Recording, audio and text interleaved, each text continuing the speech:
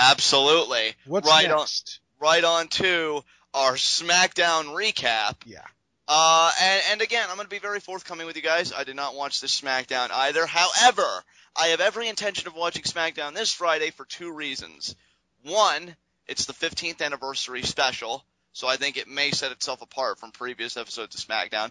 But two, they're already kind of proving that because the Usos will be invoking their tag team championship rematch against Gold Star. Yeah. So we do have a tag title match. So there actually is a vested interest for me to watch SmackDown. But just to run down this card real quick, we saw Jimmy Uso defeat Stardust. So I guess the Usos, that was their last bit of momentum before dropping the tag titles. Yeah, I was actually getting ready to say, it feels like we don't even really need to review this SmackDown because a lot of it was just setting stuff up for Night of Champions.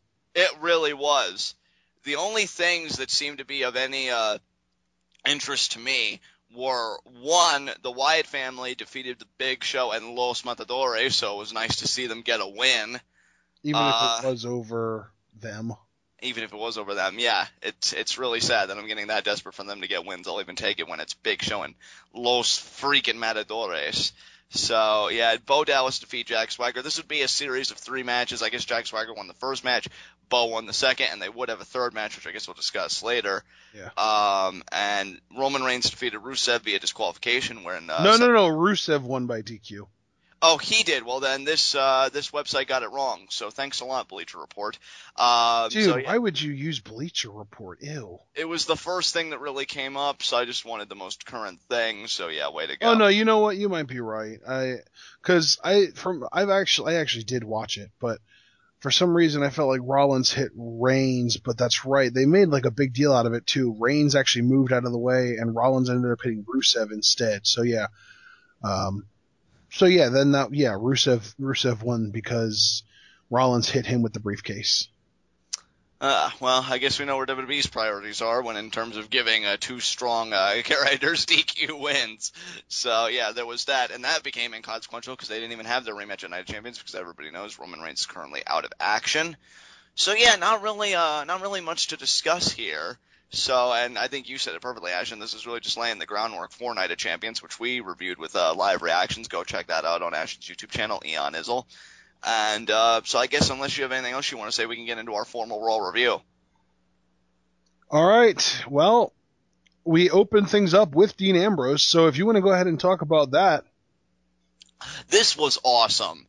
Once again, proving that Dean Ambrose, I think, is one of the best characters on the roster right now, and he's just such a fun babyface to watch do his thing, because he comes out, and rather like having the nostrils flaring and breathing fire and all that stuff, he seems, almost happy, almost laid back. He's like, you know what, Seth Rollins, they really did a number on me, the Authority, they really did a number on me, and, I'm actually quite touched that the Authority would go to such lengths to get rid of me. And he actually said, I thought it was kind of cool, them using the cinder blocks. He replays the footage of it to show, what happened. He said, it hurt really bad. I felt a little messed up, but I'm not dead. In fact, that's how he opened it. He said, I'm not dead, I'm alive, which I thought was great. And, then he does say that he wants to get his hands on Seth Rollins. He's sick and tired of the Authority always protecting Seth Rollins, and tonight he's the Authority, and he's not leaving until he gets what he wants. So then he goes outside, he gets a chair, he folds it down, he sits in it, and then John Cena's music hits, so aka not Seth Rollins. And then Cena comes out, and then he tries to make his case, which compared to Dean Ambrose is complete weak sauce, saying, I had Brock Lesnar beat. So, that's the reason he wants to get his hands on Seth Rollins. But I love the reaction of Dean here, because he just smiles in Cena's face and he says, John, don't give me a reason to not like you. So pretty much making that very, that almost like friendly threat, so to speak, because he does it with a smile. I love Dean Ambrose in this. Yeah, Ambrose was great here. And to me, what made him really special in this segment was Cena comes out and he's doing the Cena thing. He's being corny and over the top and goofy and stupid. And rather than trying to reel it back in and being super serious and telling Cena that this isn't a joking matter and basically doing what most people do when Cena goes full Cena. Ambrose smiled and laughed at him. I loved it. It was such a great way of not letting Cena take the segment over. And I just love the way he played off of John Cena basically trying to hijack this whole thing. Right. I think if you would agree that it's an appropriate word, I love the confidence that Dean Ambrose exuded when interacting with John Cena. Wasn't intimidated by the fact that Cena was trying to overtake his turf or his beef with Seth Rollins. He was firm, but he was firm in a way that, it was almost mocking to Cena. Like, really?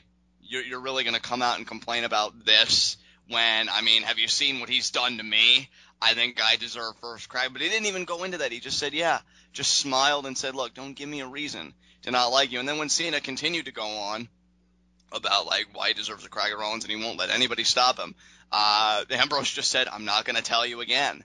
So it looked like those two were going to come to blows, and I was hoping that Dean Ambrose would have planted Cena's ass into the ground.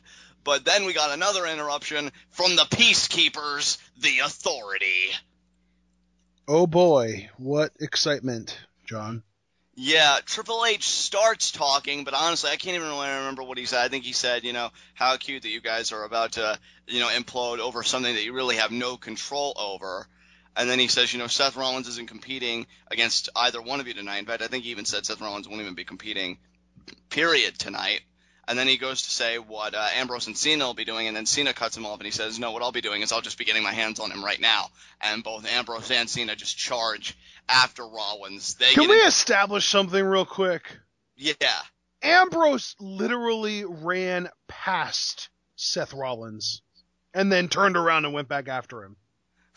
I didn't notice that at first. I'm glad you caught it because I didn't quite catch that. But, yeah, it broke down into an absolute brawl. Everybody just pretty much fighting everybody. The main focus, though, being when Dean did get his hands on Seth Rollins. They fought all the way, to the back. And I was wondering what happened to Cena because he looked like he was dealing with both Kane and Orton. But soon he would join Ambrose, and they would both try and get the jump on Seth Rollins. But thank goodness for Rollins, all that time playing GTA 4 paid off because he pretty much shoved a guy that looked like he was packing his car and to go on some kind of trip or maybe just to go home, and he pretty much jacks the guy's car. Ambrose, I thought, was going to get in the trunk and hide in the trunk, but he ended up falling out. So Rollins escapes via carjacking, and Ambrose and Cena have not yet been able to get their hands on Seth Rollins, so... Yeah. This segment was pretty good. I think, like I said, the most ridiculous thing was that Ambrose just runs past Seth Rollins. It was so weird because in my mind, I was like, oh, Rollins is going to go out there and try to beat up Ambrose.